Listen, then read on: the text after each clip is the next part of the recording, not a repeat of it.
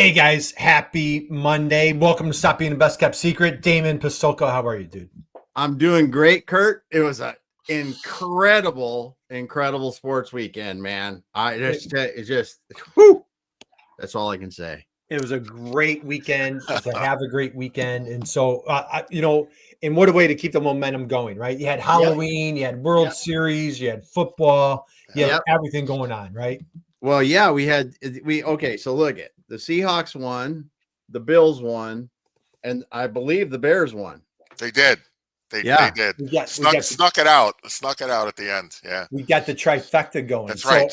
All right, let's give a big, warm welcome to a dear friend of ours. Man, we go way back with this guy.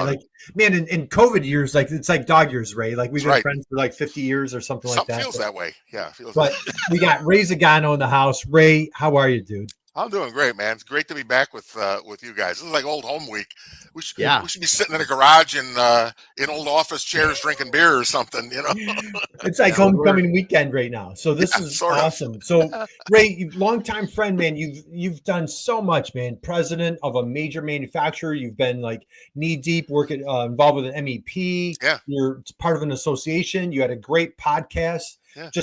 You are Mr. Manufacturing. Do us a favor, just take us back in time a little bit. What inspired you to pursue a career in manufacturing? We're going to dive into where you're at today, but what inspired you to pursue a career in manufacturing way back when? The story still holds true. When I grew up, my dad had a shop. He didn't have a man cave, so I was the youngest of four boys, and my older brothers were a lot older, so I spent a lot of time following my old man around, and I just dug watching stuff getting made. And, when something broke, he fixed it. You went downstairs, he had a lathe, he had the drill press, and, you'd run to the hardware store and pick up some pipe fittings. And that's just kind of how you did stuff. And then got a little older, and I was the kid under the car helping my brothers change oil and stuff. So I just always enjoyed that type of thing. And had the good fortune, coming out of college. I was a business major because I thought it was going to be an easy path out, which by and large it was. But my senior year, I remember I was at a graduation party with a good friend of mine, and I ended up striking a conversation around a keg of beer with a guy that just took over an injection molding business, and I was like, we hit it off, and I started second shift flinging bags of material in a molding shop. Right out of college, and I was hooked. That was it. I was in, man. So that's something. That's where my first job in manufacturing was an injection molding company, and that's an eye opener, man. When you see those things, the pellets coming in, the parts coming out. Oh god. Well, prior to that, it was going to Brookfield Zoo, and you put your 50 cents in the Mold-O-Matic, and you get a gorilla or something, wax gorilla drops out the bottom. And it was like, okay, this is kind of a higher end version, but it was just a blast. And the people, the creativity that's involved, I always saw kind of a connection. As curmudgeonly as manufacturing folks can be, it's like a big circle. It's like they're incredibly technical, and then that circle comes around and they're incredibly creative. Yeah. And that gap was just fascinating, how you navigate that, so it's been fun. It's been a great ride, and I ain't done yet. So ain't done yet, man. And dude, I just want to hit this. I want to scratch the surface here real quick. Yeah. You've had an international career. I mean, I don't know how many countries, manufacturing all over. Yeah. Walk us through that a little bit. And then again, I want to dive into where you're at today, but take us through that path. It was one of those, I knew early on that I wanted to get involved in international stuff, just because that type of stuff fascinated me. What got me into international, my folks sent me on a high school trip. I got the chance to go to Germany, over Easter break. And it was just, I'm telling you, it was a life-changing experience for me because it was so cool, so different, and it felt so comfortable. So from that point on, I was like, I've got to find a way to build this into my career. And I actively sought opportunities to get involved with companies that did that type of stuff. Started on the business development side. I was the guy that didn't mind flying to Singapore or Japan or Korea or whatever. And then as things, evolved, I kind of shifted over to the operations side, wound up starting companies and factories in different parts of the world. And to this day, that still fascinates me. I just think it's so cool, especially when decoding other cultures isn't that tough. Folks are folks. They want to be treated with respect. They want to share their culture and their food with you, and they want opportunities to grow. Right. Yeah. Where doesn't that apply? Yeah. Common thread, no matter what country you're in, people are looking to grow. And how many countries would you say that you've been in? Do you have any idea? I've never really totaled them up. A whole bunch in Europe. I've been all over Asia. China, Korea, Thailand, Malaysia, Singapore. Nice. Who else? I've been to India. Nice. Been to the Philippines. So yeah, my last year working for a company, I think I did 66 flights, and I had about 400,000 air miles. Did you really? Yeah, in one year. So that was enough. Well, yeah. That was enough. Yeah. So but it's a little different today, right? You know what? It's I got to tell you, I feel as energized and jacked today as like ever. I tell people I've been working my ass off for 40 years to land this job. Yeah. It's like I'm built for what I'm doing right now, and it's like I love it. Well, awesome. It's phenomenal, dude. And so, just being a brand ambassador, advocate for U.S. manufacturing, what a perfect fit. Now you've transitioned this year into an association. Yeah. And I'll tell you, man, there's an association for, anything that you can think of manufacturing and, whether it's geography wise or, the actual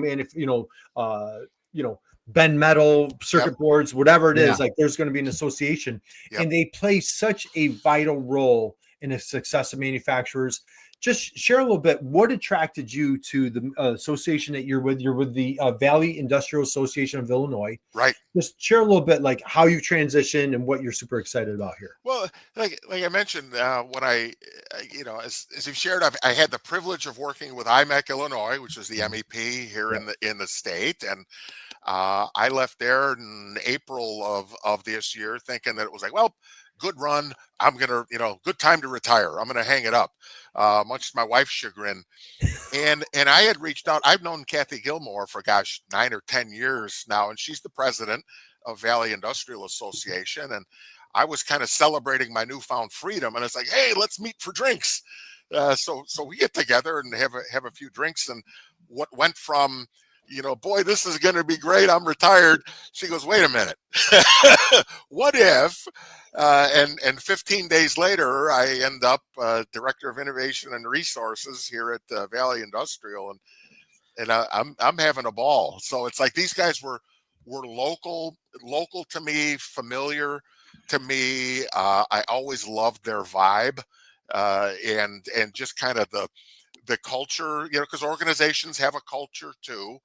Mm-hmm. And, I always enjoyed it before, but once I got here and now I'm kind of one of the cogs in the machine, it's like, man, this is even better, in person. So it's been cool. It's very been really cool.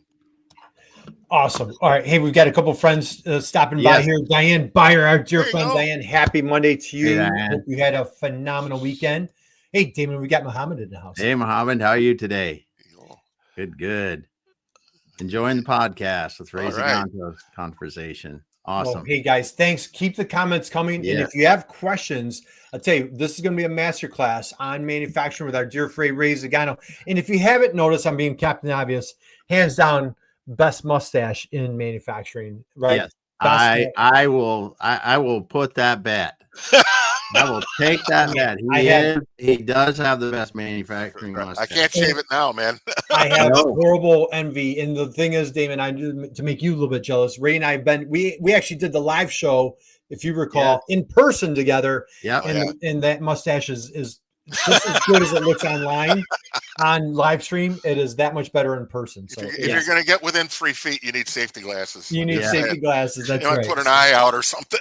Man, I tell you, that thing is fierce. So Ray, let's do this. I'm going to grab your website and so do us a little favor. Let's take a deep dive into the the Valley Industrial Association and how you're making the manufacturing better. Well, absolutely. So here's how I kind of see the world through the Valley lens. We've been around 123 years, which is really cool. And some of the founding companies that are still around are still members of the organization. So we're about you'll remember this from the old days. We're about 270 members with a bullet. It's like we're gaining a lot of traction in and around the area. To get folks involved. We have a big part of it is education for our members to get involved in, understanding whatever it happens to be, whether it's, training for workforce, whether it's hearing about best practices, leveraging AI, workforce culture.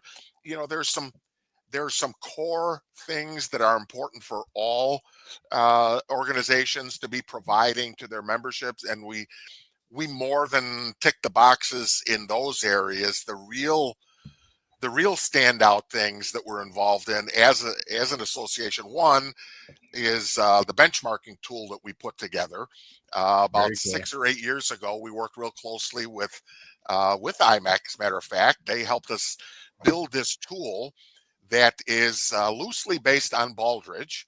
It looks at 6 different categories. So we're talking culture, workforce, innovation, safety, OpEx, social responsibility, and sustainability. We built a survey tool that companies can use to, either evaluate themselves against best practices and use that data to drive improvement, or if they want to opt in and have a friendly competition among the other members within Valley Industrial, we'll let it rip. We'll go in there once the survey has closed. We'll pick out the top performers. We'll invite them to be interviewed by an expert panel, and then from there we'll select some winners and some runners up, and we throw an enormous party in March to celebrate those companies and acknowledge the hard work that they're doing. The cool thing that I'm bringing, I think it's cool because I wish it had been available when I was running factories, is you got somebody like me that I'll go through the data with the companies and I can give them that first initial roadmap and go, okay, here's what I'm seeing. If you were, in workforce and kind of struggling in these areas, and if that's a priority for you, based on my 40 years, here's what I would do: 1, 2, 3. Here's the lightest lift. Here's a longer term. If you need to get connected to some resources, we'll do that too. So it's a really cool tool. It's a really neat program, and our members get a lot of value out of that. Yeah. And like you said, you with your experience, Ray, being able to sit down and talk with them. Yeah. I mean, they get, the tool helps them identify. Now you're helping them go, okay, what does that mean? What should I do? Yeah. And tying those two pieces together is huge. That's kind of the beauty of the association model is, if you're building it right, you kind of get that. Okay, now what? Because that's the perspective I had, with associate. No matter who it happened to be, it's like, the last thing manufacturers need is another time commitment. So if I'm going to invest the time, what am I getting for it? Yeah. What do I really get? So it's so here in this instance, it's like, man, we get a lot of cool conversations going. I can come in, stop in somebody's factory, and you know the drill, Damon. It's like, you've been at this long enough. You can probably come through the door, sniff the air, and pick out 2 or 3 things that you could do a little better.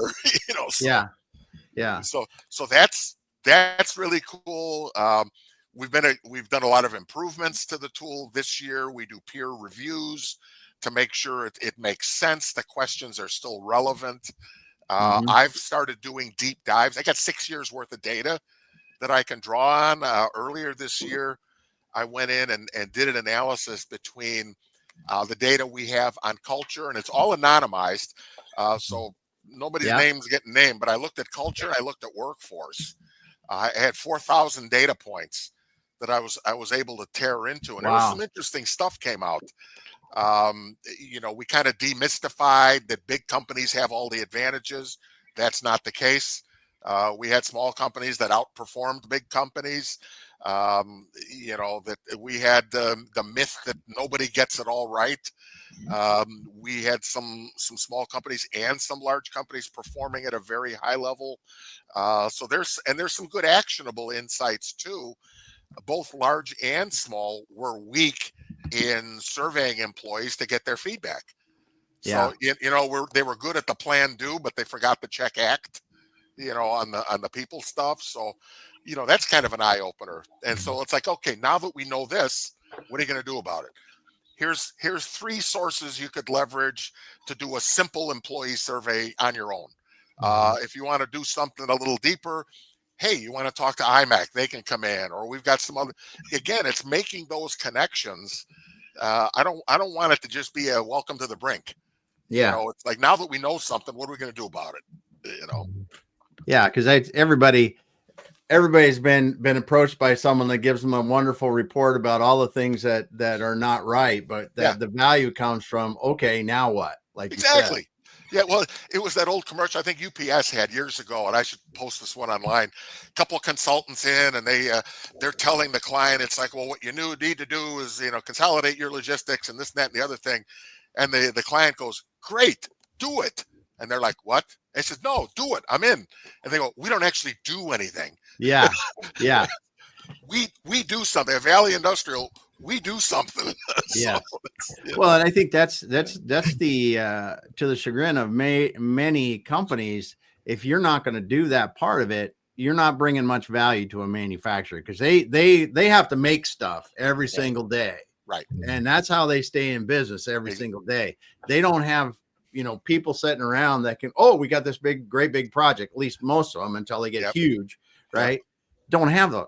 Yeah. So the people like you're in the Valley Industrial Association you're talking to, they probably are a lot of smaller companies and mid-sized and other ones, but those they're resource strapped. So if you can't provide that, and now what, and help them get through that, you're missing out.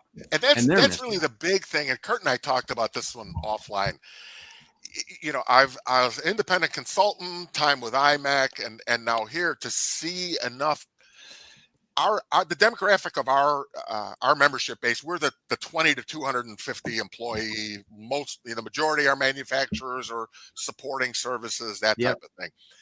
The small shops struggle, and you see this, Damon, as a guy that's getting businesses, getting them the right foundation so that when they go to market and they go to sell, their processes are additive to the value of the organization, not the absence of processes, which devalues them. So I started looking at, man, how do you get these companies to at least get the right foundational pieces in place? And that's where, okay, once you've seen the YouTube videos, and followed the influencers and everything else, man, how do I get this stuff going, on my own? And I saw that as a gap that Valley in particular was well suited to start filling. So, some of the programs I'm working on, shared with Kurt, we've got this 1, 2, 3 Grow and the VA Growth Accelerator initiative going, because that's the first place. Small companies struggle with growth. Large companies struggle with productivity. So, they've got the money, they don't have the process. The small companies are kind of lacking both, but they got a hell of a lot of heart. So the first thing I wanted to do, and I had a guy I used to work with, he said, first you get rich, then you get fancy. So, I'm in that. How can I help? How can we help bring them some tools to at least get the foundation in place, so that when that independent consultant or resource comes along, they can really take advantage of it. So that was kind of the genesis for a lot of the programs I've been working on right now to get going. All right, good stuff. I've got so many questions for you, Ray. I don't want to keep you all day. Yeah. So again, if you're just joining us, we're here with our dear friend, longtime guest on the show, repeat offender. We got Ray Ziganto. Please do yourself a favor, connect with Ray on LinkedIn. Oh, yeah. We're having a great conversation. Ray, what do you again? You're new to the organization. Mm-hmm. 123 years, dude. Like, what do you feel is one of the biggest factors for the longevity, the great success of your association for so long? There's, over that period of time, uh, you'd have to say, I guess I don't know what happened 123 years ago, but a lot of these associations, it was like, people in like industries with common challenges get together to try and work it out, which I think is awesome, because it's, we've all talked about how the holy grail of that next step for manufacturers is collaboration. Yeah. And I think associations kind of create that safe zone for companies to do that. I can only speak in the last, 10 years or so for Valley Industrial in specific. Is Kathy Gilmore and the team have always been very intentional about closing the loop with the membership. What are your needs? What's required, and doing something about it. We regularly survey. Are we bringing in what are the topics? Are we bringing in the right speakers? Are we giving you access? One of the new things, we're starting to do GD&T training and blueprint reading, some of the fundamentals, and how can we collaborate, more closely with our, community college partners, as well. So we're kind of eating our own dog food too, and we're going out and collaborating with other organizations in the area, because we're all on the same mission, but we come at it with a little different perspective. No one organization is going to be the silver bullet for manufacturing, but if we all kind of put our heads together, and sequence things, it's like we can create a pretty damn good combination, for them. So I think part of it is just you stay relevant. Just be valuable to who supports you, and that's our members. No different than a regular business. You got to evolve with them. Yeah, and you've certainly done that for 123 years. And our dear friend Diane Beyer, she has a great saying. She always says, "We're stronger together." Yeah. So and that's really. So I'm on the board of my local association. We just had our annual, and we're same age as you are, believe it or not, Ray. I think awesome. we're about 120. I think we just had our 125th. So we're right there with you within a year or two. Nice. And so, we're constantly saying, like, how do you stay relevant? How do you deliver value? And so with Diane's comment there of like, we're always stronger together, as a bond. For the manufacturer out there that's maybe kind of like, hey, I want to go on my own, or just like, what would you say to that person about why is it so much better to be part of an association? When you're in an association, you find out real quickly that the challenges you're facing that you think are yours alone, you find out are not. They're not. Others either are struggling as well, or they're at a different point in their journey. So what you're struggling with, they overcame some time ago, and now they bumped up against a different ceiling. So everybody's kind of in a different place on their journey. Your problems feel unique. They're not. The other thing you find out, and what the benchmarking has confirmed, there is somebody in the association that is absolutely nailing the thing that's a mystery to you. Yes. Want to meet them? Go have lunch with them. Go buy them a beer. Go see their factory. And there's enough. We have enough diversity. It's not like you have to send all the 5-axis machine guys to the other 5-axis machine shops. It's like, why don't you go talk to the guy that's doing this? Because you'll find in the processes, it's like, ooh, I never thought of doing that. Right. It's rarely the technology in the shop that is causing you your problems. It's probably the processes around those things. Yeah. So that's a great point. That's how I see it. With the association. So don't suffer alone. Do not suffer alone. Go ahead, David. You make such a great point too, right? You went right by it because you know it so well, and manufacturers are so good at the processes, right? Because if I'm a CNC machining, metal fabrication, wood, whatever manufacturer, I know those processes in the factory, and they've been refined and worked on, and more efficiency and layout, all this kind of stuff for years. And now what we find a lot in these businesses is that it is the processes outside of that where they need the most work. Yeah. Well, that's where the money gets made and lost. I mean, in my independent consulting days, I've been in plenty of shops that had like world-class OEE, but they're losing money. Yeah. How can that be? Well, if your spindle uptime's fantastic, are you making stuff you're actually going to ship this month, or is it going inventory? Wondering why you're out of cash? Yeah. So big one. I mean, there's a lot that goes, and I get it. It's I'm coming at this from a place of, hey, I did plenty of stupid stuff and things wrong, and those were the best lessons learned. You get paid for making the score, but what you learn is those lessons hurt. Yeah. So I got plenty of scar tissue. All the scars. I was just going to say all the Band-Aids and all the scars. That's right. I used to have hair. And I think, again, this is fresh in my mind, just coming off a meeting last week. It's just like people I haven't seen in ages, the handshaking, the how's it going, just like that personal interaction. How's your business? How's your family? And then there's taking a pause and saying like, hey, what's working for you? What's new and exciting? Oh, and you're hitting right on the head. Like, oh, you have that challenge. Hey, did you talk to this guy, this woman over, like you said, there are no unique problems, though we feel that they're unique to us. I agree. And one of the mind-blowing things about Valley Industrial when I got here, because we do a lot of events. Jessica Garcia, our director of events and programming and stuff, she is this woman is on frickin' fire in terms of putting together programming. We probably do 100+ programs a year. Wow. That we do. And like MEPs, they track engagement and who's involved. We had well over 3,000 participants in our events, and over half of those were repeat attendees. Wow. We're very cool. We're what, 7 people? Right. I mean, for the size of our organization, it's like the reach and the ability to impact is like, it's crazy. And it's very man, cool. How do we step on the gas? That's been cool. Keep the fire burning. And guys, what I have here, do us all a favor. Stop by the Valley Industrial Association of Illinois. Stop by the LinkedIn page. Hit that little follow button. Even if you're in a different state, doesn't matter. Just hit that little follow button.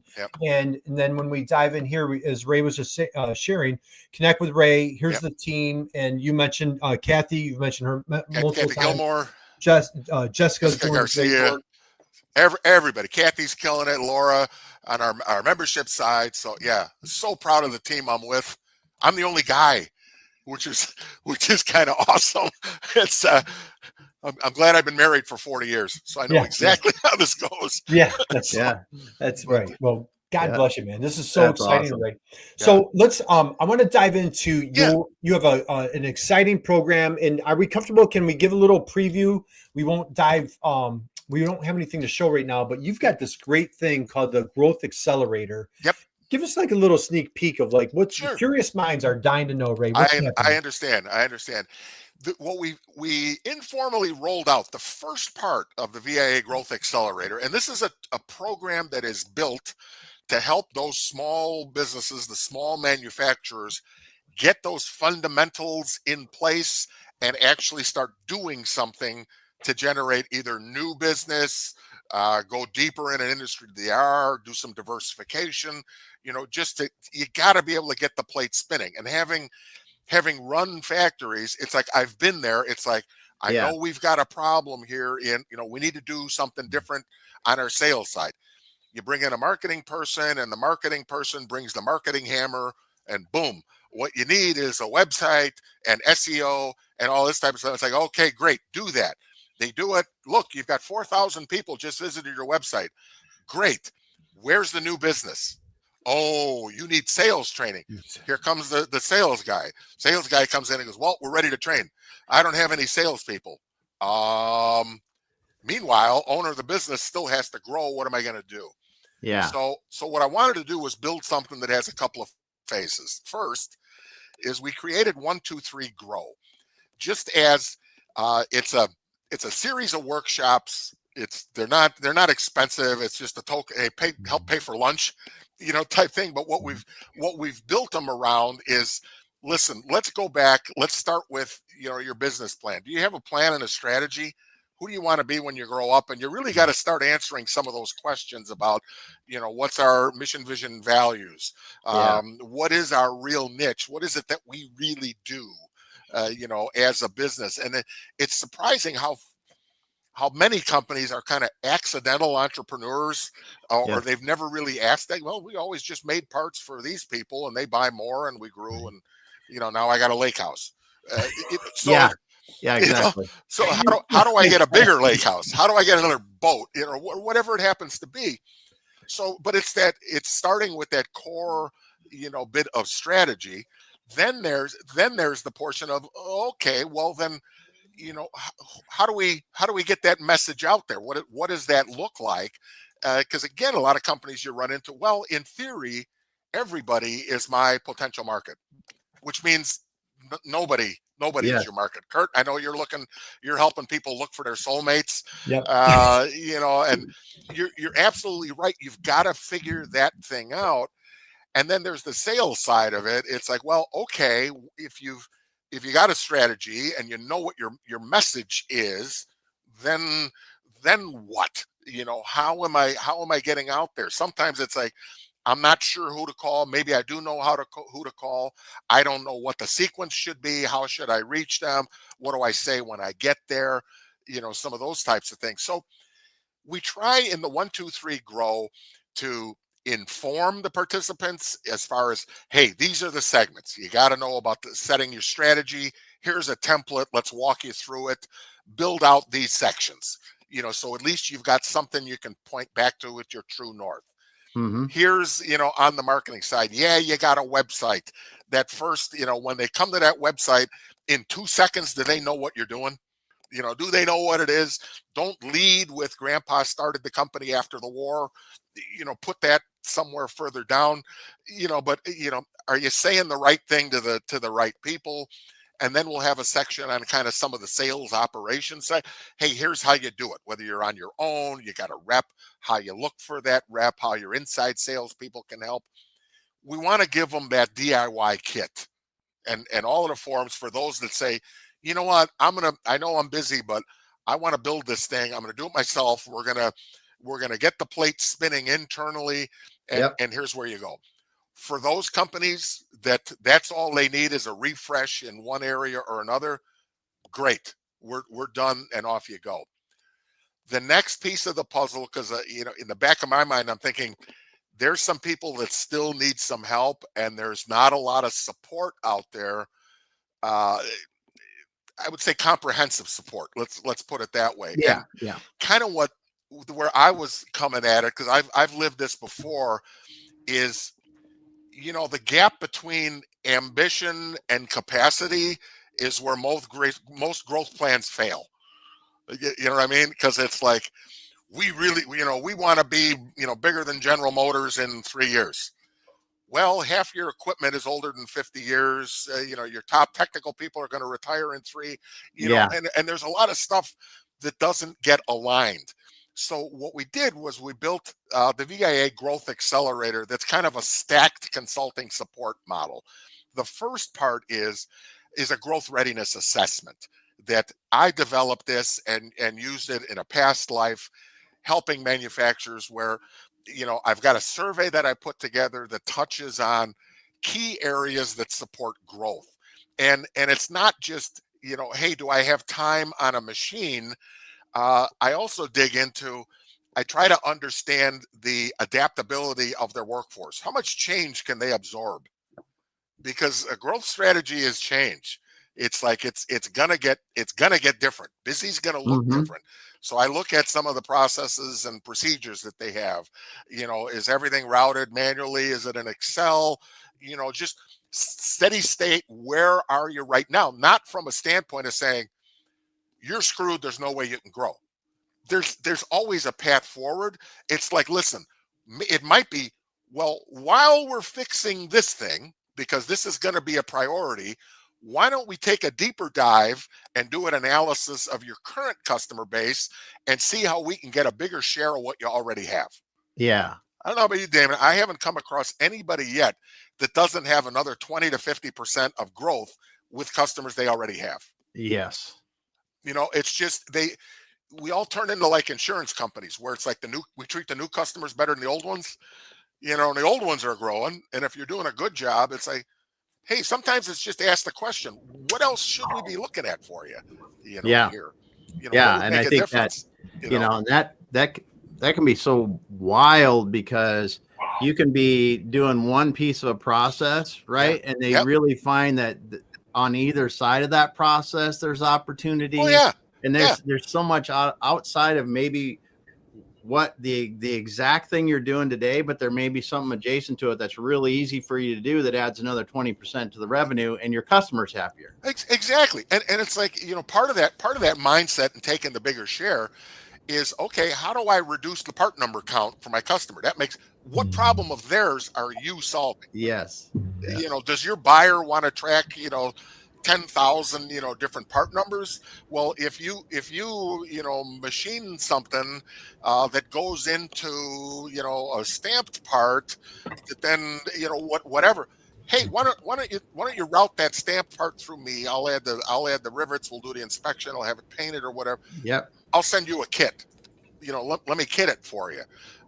So there's a whole lot of ways you can skin that. So that's one of those things. I come at it like I've been there. I'm the guy that lost sleep at night because the month was looking soft. There's no guarantee about, hey, I got to make something happen now. What can I do? I don't have time for my integrated marketing plan to get fully deployed in 6 months. I don't have time to go out and recruit and hire a salesperson with that mythical Rolodex worth of business that's magically going to come to me, because A, it's not going to happen.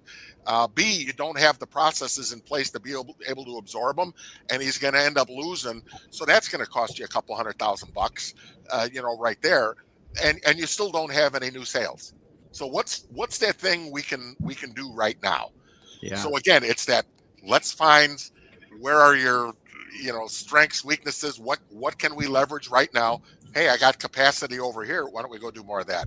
Hey, these customers really like us and we get good margin and our hit rate is high. Why don't we dig in there some more, and see what else we're doing? So part of it is bringing that perspective to the analysis, and here's what's going on. The other piece is we're partnering I get with someone we all know that works in a manufacturing data organization. There's manufacturing and there's news, and anyway, and her name's Katie. But we're working on some stuff there where what we're going to provide, once we've got things kind of dialed in, we know who the customers are, we know what we're going to say to them and why it matters and what problem we solve, and then we're going to come up with 200 guaranteed leads for companies that fit that profile, and then we're going to come in and say, here's where you go. We'll come up with the outreach script and the plan and everything else, and it's like, we'll either turn you loose. If this is enough, like I say, it's stackable. It'll be like, here's what we learned and here's what we recommend, and this would be the phases I would approach it. If they say, take it a little further, okay, here's the 200 leads, here's the call script, here's how we would approach it, and all these other things. If they come back and say, boy, we love it, we would like it to happen faster, I roll up my sleeves, we get in there, and it's like, okay, here's what we're going to do. We're going to launch this campaign. We're gonna make those. You're gonna make those calls. I'm gonna stay. We're gonna have a coaching session once a week for at least 8 weeks, because it takes what, 22 to 66 hours to change a behavior. And this is the thing we're doing. We're changing, a behavior. So I'll stay with you while you go through this. Now, I can't guarantee you're going to win something, in that period of time, but I can guarantee you're going to be a lot more visible to a bigger pool of people that genuinely want and need what you do. So that type of a thing. And I set an arbitrary target out there where it's like, you know what? If you went through it soup to nuts and you wanted us to do everything over this 8-week, 90-day sprint, it's like, let's try and knock this thing out for under $5,000. Mhm. You know what I mean? Because if you're not, you can put that on a credit card. Yeah. Is the thing to get it done. You don't have to digest it all at once, and it's like it really gets the plate spinning on the most basic things you need to have in place to grow your manufacturing business. You've understood the capacity, your ability to absorb it. What's the best fit for it? What's my messaging need to be? How do we dial that in? And then let's go do something. Let's go do it and make something happen here. So that's the starting point. If they come back and say, boy, we're starting to roll, this is great, Ray, what else you got for me? Have you talked to Kurt? Have you talked to, that's where I'm going to plug in the other resources, because now it makes sense. Now it makes sense for these independent folks to come in, whether it's through the MEP world or whatever else. I mean, this is even a segment of the market that the MEP world kind of goes, it's tough. It's tough to support that area. An association can, because of the nature of the, the structure. It more than covers my time and effort. So it's a win everywhere. Is really what we're looking at. God, dude, this is a master class, man. I absolutely love this. Hey, our dear friend, if I'm going to say this correctly, Shahorna, maybe I'm close. He gives a little heart emoji, and our dear friend, I tell you, Diane is like the queen of acronyms. I've learned so many acronyms from her. She, FCFC, fully care for customers. Yeah. And she says, I love it. Just do something. Right? You have to, because that's what the owners are shaking their head when the marketing firm gets the appointment with the owner. It's like, I get it. It's necessary, but with the 1, 2, 3 growth thing, I partnered with a couple of our members that support. I've got I'm working with Howard Fisher with Hantera, who's they're like a sales acceleration, fractional, sales VP, type person. I'm working with Nancy O'Leary from Custom Direct on the marketing side. And both of them, for being experts in their area, appreciated the fact that everybody comes into the room together. Yeah. Mm-hmm. It's like you got sales, you got marketing, you got operations. Yeah. Now you're having a conversation. It's not one or the other. If you don't link them, you're causing a problem. I've been that guy. I've run silos. It was a mess. It was a freaking mess. Yeah. Once we got them aligned, things took off. Yeah. And hey, Nancy, you know what? Damon, it's been way too long. We need to get Nancy back on the show. She is a marketing powerhouse. Absolutely love Nancy. She's good. So one thing, I've been taking notes as you've been chatting, right? So I wrote down ambition plus capacity. Did you say the gap between ambition and capacity is where growth initiatives fail? That's where growth plans go to die. How's that? That's where they go to die. That's where it happens. Yeah. Everybody draws a straight line, and it's not. It's It's like, and then a miracle occurs. Maybe not. Yeah. And so what's fascinating is like you as kind of like that Sherpa, the guide. You've been, and again, like connect with Ray on LinkedIn. Go through his profile. President of Major Manufacturing. You're as the association. You're coming in, holding your hand through that process. Absolutely. Yep, I'm on point. I'm the one that's doing it. I want to build something that's scalable for us. So again, when I mentioned that 123-year-old startup, there's no reason this only has to stay within the Fox River Valley area. Why wouldn't this become something that we can share with other other organizations around the state and do as well for them. There's a big push out there, and there's a lot of great intentions. And the reality is, the holy grail for all associations and community organizations is to actually know who the manufacturers are and have a relationship with them. Associations are the ones that have the relationships. In my experience, I worked with a lot of economic development people, thinking that surely they know they have the relationship with all of these all of these manufacturers and are just a phone call away from being able to get in there to talk to them. The reality is they know where they're located. They can't get appointments either in there. It's the associations where the manufacturers kind of self-select based on what's being offered, the vibe, what kind of culture does the association have. And here all of a sudden, even for us, and we're relatively small, here's 270 of them. It's like, let's do something with it and help kind of light the match and get this thing going more broadly, because there's still a last mile issue with manufacturers. Going back to that, I'm the only one having this problem, and here's this chorus of experts going, we're here to help. There might even be money to pay for it, and it's like, no, I don't have time for an appointment. Okay. Right. So. Yeah, and Diane says, invite everyone to the table. Yeah. Absolutely love it. Ray, my goodness, I know we could keep you here all day. I'm going to start winding down. One thing that you shared, and I'll use my Allison DeFord line. As a matter of fact, I'm talking to Allison later today. Good. What perfect timing. She always uses that line, brick to the head, right? Yeah. And so brick to the head, you talk about that changing behavior. Yeah. For the manufacturer out there, gosh, it's, and I've been guilty of this. I'm, like, hey, this is how we've always done it. How do you help embrace change? They're like, man, we've been doing it like this. We've been successful like this. How do you help people kind of ease into that change mindset? Do you have any tips, any advice that you'd give there? Some of it, it's kind of an oxymoron. The first thing you mentioned that kind of derailed me was we've been pretty successful. Have you? Which kind of takes me back to the benchmarking thing. Right, you can always dig in, and sometimes that's where the perspective, can come in. If the pain point is high enough, people are willing to change. That's the reality. The history of manufacturing in the United States is a function of, hey, if things are chugging along and you're kind of going fat and happy, that's great. Right. Then let's go back and look at some of the shocks that made change worthwhile.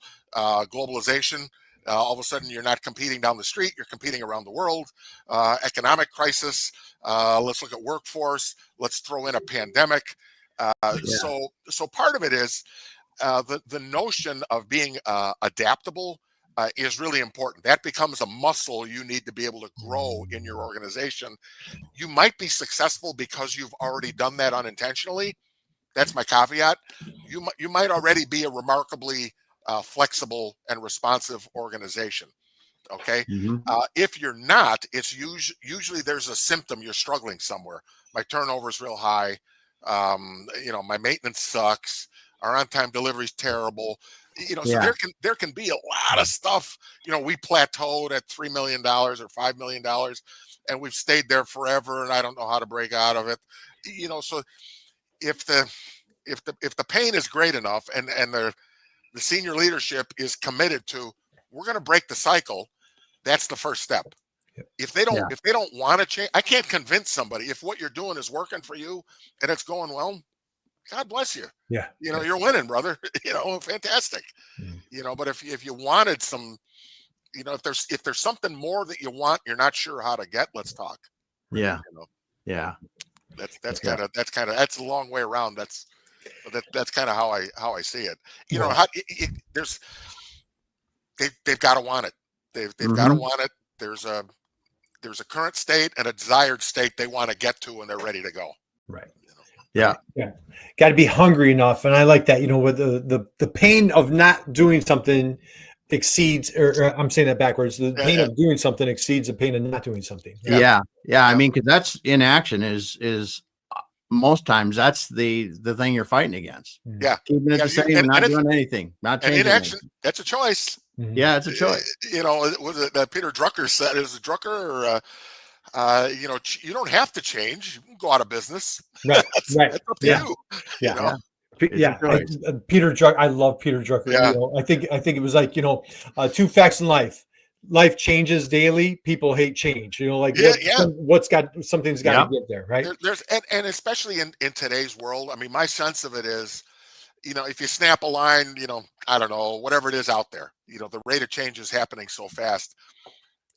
Manufacturers really need to be they need to be in that position where the factory is the product, kind of like Tesla, where it's like, what do you need? We'll reconfigure and do it better than anybody else. Right.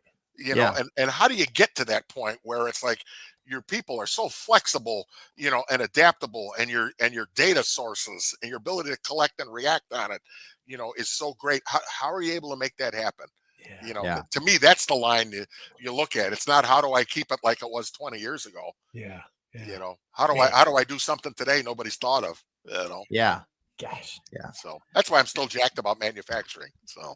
Oh yes. Yes. I mean, every day there are new opportunities to help, you know, provide more value to your customers, get better at what you do.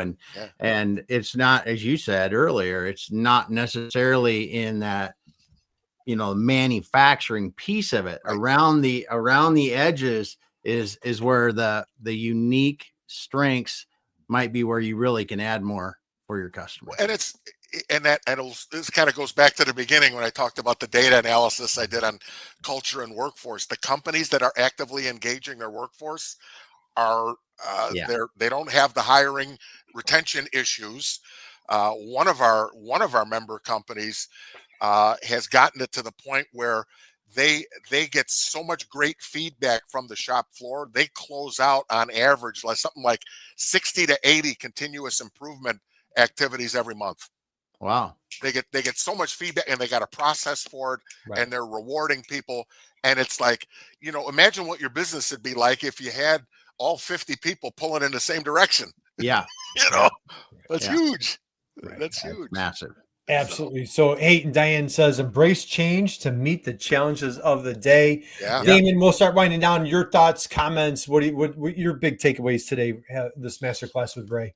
Well, I just think it's very, very cool how you are really coming back around with this association, the Valley Industrial Association there, and getting out to the members, getting them what they need to actually move from today to, you know, a more successful tomorrow. Yeah. It really, with ground, I mean, just with, like, lack of better terms, but just good ground pounding stuff that says, okay, we're taking step A, then step B, then step C. It's not like, oh, that's going to, you know, it's, we are taking these steps to go forward. Yeah. I don't talk to anybody about transformation of anything. Let's just freaking move. Yeah. Right. Yeah. Right. That's a big thing, Ray. It's the word I have written down is the execution, right? Yeah. It's like you're coming in and, like, you know, we're not here to talk. We're here to, you know, move the needle, right? Diane says, hey, to serve your customers, find your calm, and create the success for your company. Yeah. Absolutely love it. Yeah, So I agree. Ray, let's go here, my friend. Yeah. You've given us again a total masterclass. Cannot express my thanks. Maybe you've covered it. I always love to close out with best business advice. What's the best business advice that you've ever been given, or maybe for a new entrepreneur? What's best business advice that you'd love to pass along to somebody out there? Oh man, that's a tough one. I've had, you know, at different times and different circumstances, you know, different things resonate with you depending where you are in your journey. Some of the best ones, gosh, I had one of the first guys I ever worked with. He says, you know, you got to do business with people that understand you and like you, because your enemies won't do business with you. so that's kind of a, you know, that one always stuck with me. That was a long time ago.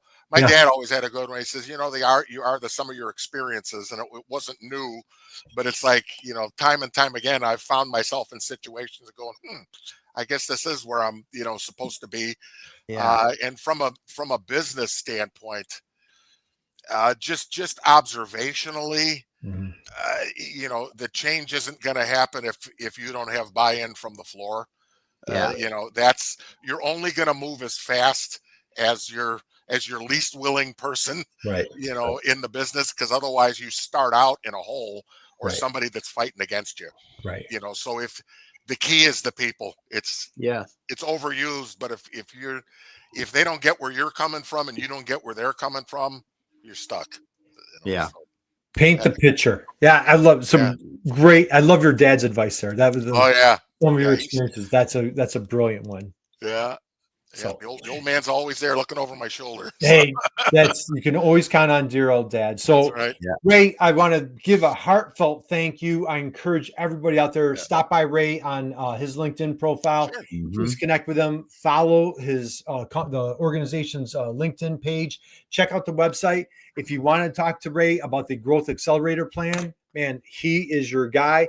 If you have a friend or family in great state of Illinois or around the Chicago area, most importantly in the Valley, definitely connect with Ray. What do you got, Ray? Hey, real quick, I want to put out there, if any of the folks listening want to reach out and check with me, happy to cut you a special deal on access to the benchmarking tool. If you want to get in there and just kind of see how you do and what it looks like, and I'm happy to follow up with a call. I don't care what state you're in, where you're coming from. If you want to go through it and sit down and have a 30-minute conversation, man, I'm happy to do it. So awesome. Yeah. And again, right here, guys, we've got the valleyindustrialassociation.org. Here's the benchmark tool. And so again, connect with Ray on LinkedIn. I've got their LinkedIn. Here's their LinkedIn company page is right here. So again, stop by, check it out. If you're catching this on replay down the road, Ray, that offer is going to stand. So just connect with Ray and he would be happy to help out. I'll hook you up. Nice. Awesome. Okay. All right, Ray. Thank you, brother. Appreciate you more than you can imagine. Damon, what a phenomenal conversation. Yeah, it's so good. Thanks for coming by today. You got it, brother. Anytime. Now, and the only thing I have to say, Ray, I do prefer being in person with you when we do this live show. So next time, let's make sure you and I are side by side geeking out over this. And so we wish you, Kathy, your entire team, just massive, massive success. Appreciate that. So admirable what you're doing, helping manufacturers in your territory. And guys, as you go out there, man, just be an inspiration, just like this handsome devil. And you too are going to make the world a better place. So, Ray, hang out with us for 1 second. Damon, we're back here Friday with another incredible guest. Yep. Can't wait. And so we are promoting the Industrial Marketing Summit. Yep. And while you're at it, if you want to keep tabs on like guests that we have coming up, we have a wonderful newsletter. It is called The Best Kept Secret Sauce. Sign up, stop by Damon's LinkedIn profile, stop by my profile, or go to b2btail.com, sign up for that newsletter, and you too will be in touch with these wonderful guests that we are blessed with week in and week out. So, guys, have a great rest of your week, and we will see you Friday. See you, everyone.